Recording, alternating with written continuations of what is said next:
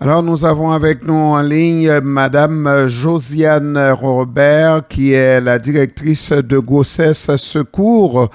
Madame Robert, bienvenue à CEPAM, bienvenue à Billet de retour. Merci.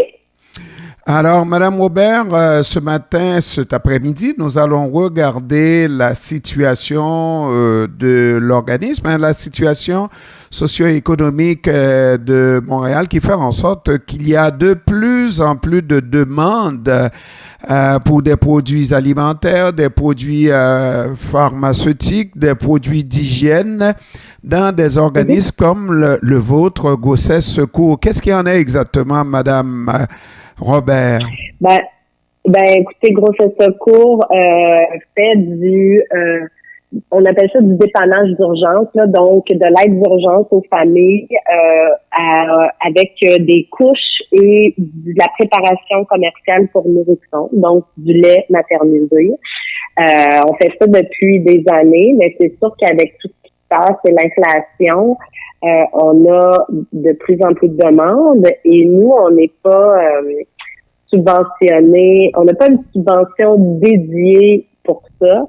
Donc, on achète ces produits-là, on ne se fait pas donner des dons non plus. Donc, pour nous, ça nous coûte de plus en plus cher et on a de plus en plus de demandes qui, là, présentement, fait en sorte qu'on vient à bout de nos ressources et que ça devient très difficile pour nous comme organisme de faire ces achats-là avec la demande qui ne cesse d'augmenter.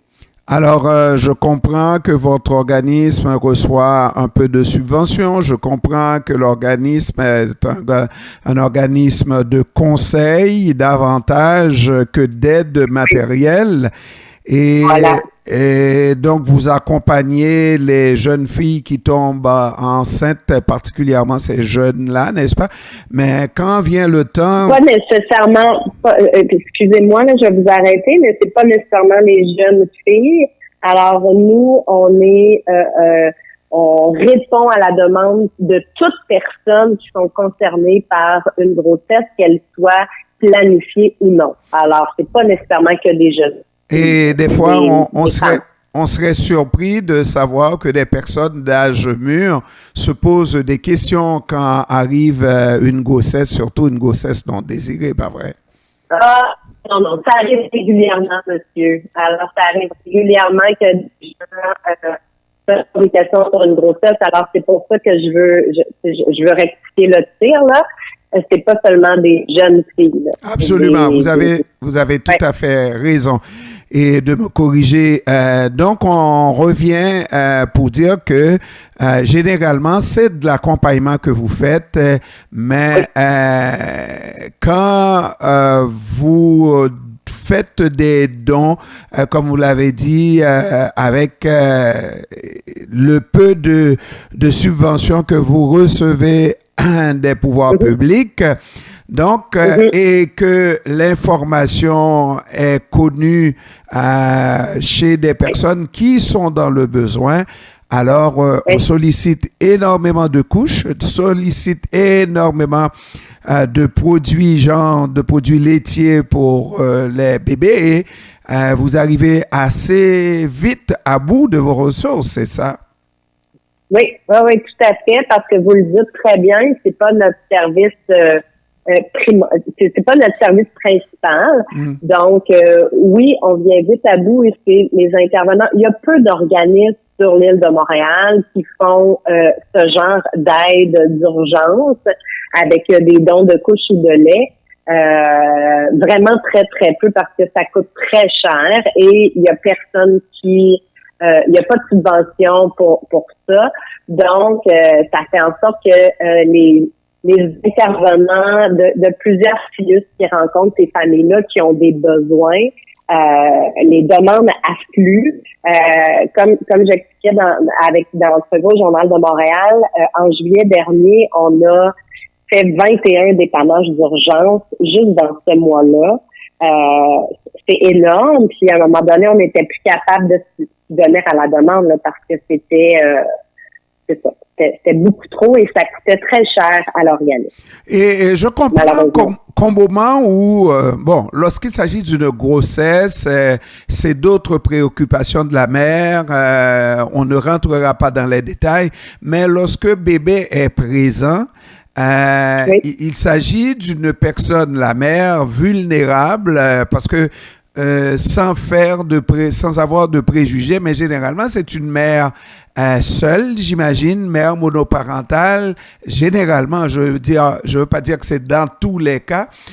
Et donc, c'est une personne extrêmement vulnérable. Lorsque vous êtes obligé de reconnaître que vous n'avez pas les moyens, que vous ne pouvez pas aider, qu'est-ce qui reste à une mère comme ça, mal prise avec son enfant? Ben écoutez, malheureusement, c'est difficile pour moi de répondre à cette question-là. Je vous dirais que c'est pas seulement des mères monoparentales, bien au contraire, monsieur, c'est des situations familiales. Alors, il y a souvent un conjoint et ils ont souvent des fois un ou plusieurs enfants. Nous, on fonctionne du principe de référence d'intervenants. Donc, c'est les intervenants qui nous appellent pour nous parler, pour nous dire que les familles qu'ils rencontrent ont des besoins à ces niveaux-là. Mais alors, écoutez, c'est difficile pour moi de vous dire qu'est-ce qui arrive à ces familles-là où on doit refuser par manque de ressources le dépannage d'urgence. Mais c'est sûr que ça les place dans une situation de précarité beaucoup plus élevée. On sait que tout augmente, le panier d'épicerie augmente, tous nos besoins de subsistance de base augmentent de partout, mais les salaires n'augmentent pas, et tout ça, même les subventions gouvernementales que les organismes augmentent à compte-gouttes. Donc,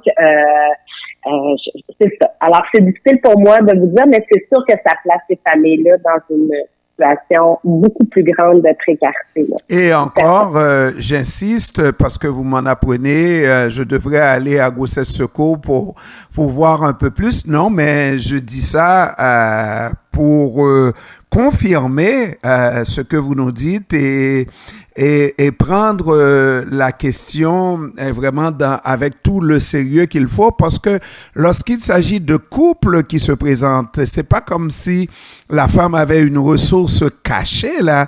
Le couple se présente et voyez, c'est la situation qui fait en sorte que la personne soit dans l'incapacité de se procurer les besoins essentiels pour la survie de sa famille et qui l'amène donc à demander cette aide-là. Cela dit, est-ce que Grossesse Secours pourrait envisager de changer d'option pour aider dans ce sens-là? D'aider dans quel sens? Aller chercher des capacités pour offrir ces demandes qui sont inhabituelles, mais qui sont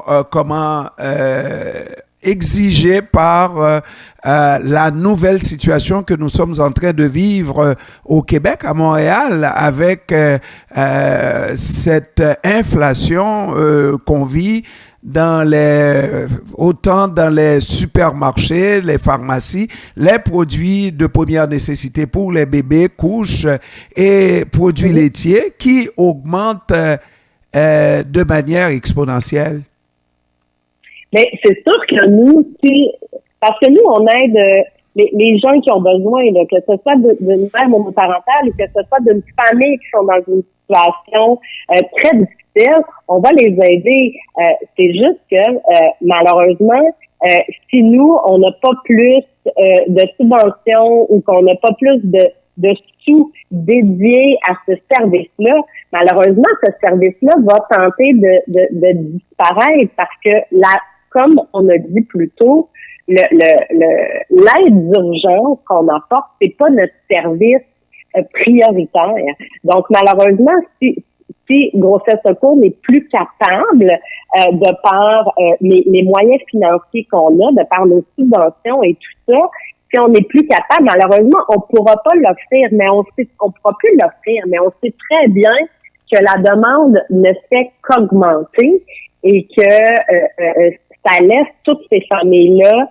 Mais les demandes augmentent pas juste par rapport aux couches et au lait, augmentent dans les banques alimentaires et ce n'est plus la clientèle aussi, les gens qui ont recours à ces demandes-là d'aide d'urgence changent aussi. Le portrait de la clientèle change. Ce n'est plus seulement les gens. Maintenant, les gens de la classe moyenne faible font appel à des dépannages d'urgence alimentaire ou des trucs comme ça parce que, vous l'avez dit et je le répète, tout augmente de façon très élevée, rapidement. Il y a beaucoup d'augmentation de coûts, mais les salaires et tout le reste ne suivent pas. Donc, ça fait en sorte que oui, c'est certain que beaucoup plus de familles se trouvent dans des situations de précarité qui, avant la pandémie, sensiblement, on n'avait pas ces familles-là là, qui venaient dans nos ressources. Alors oui, ça nous demande beaucoup plus. Madame Aubert, est-ce que Grossesse Secours reçoit de l'aide du public ou pourrait recevoir l'aide du public pour l'aider à aider?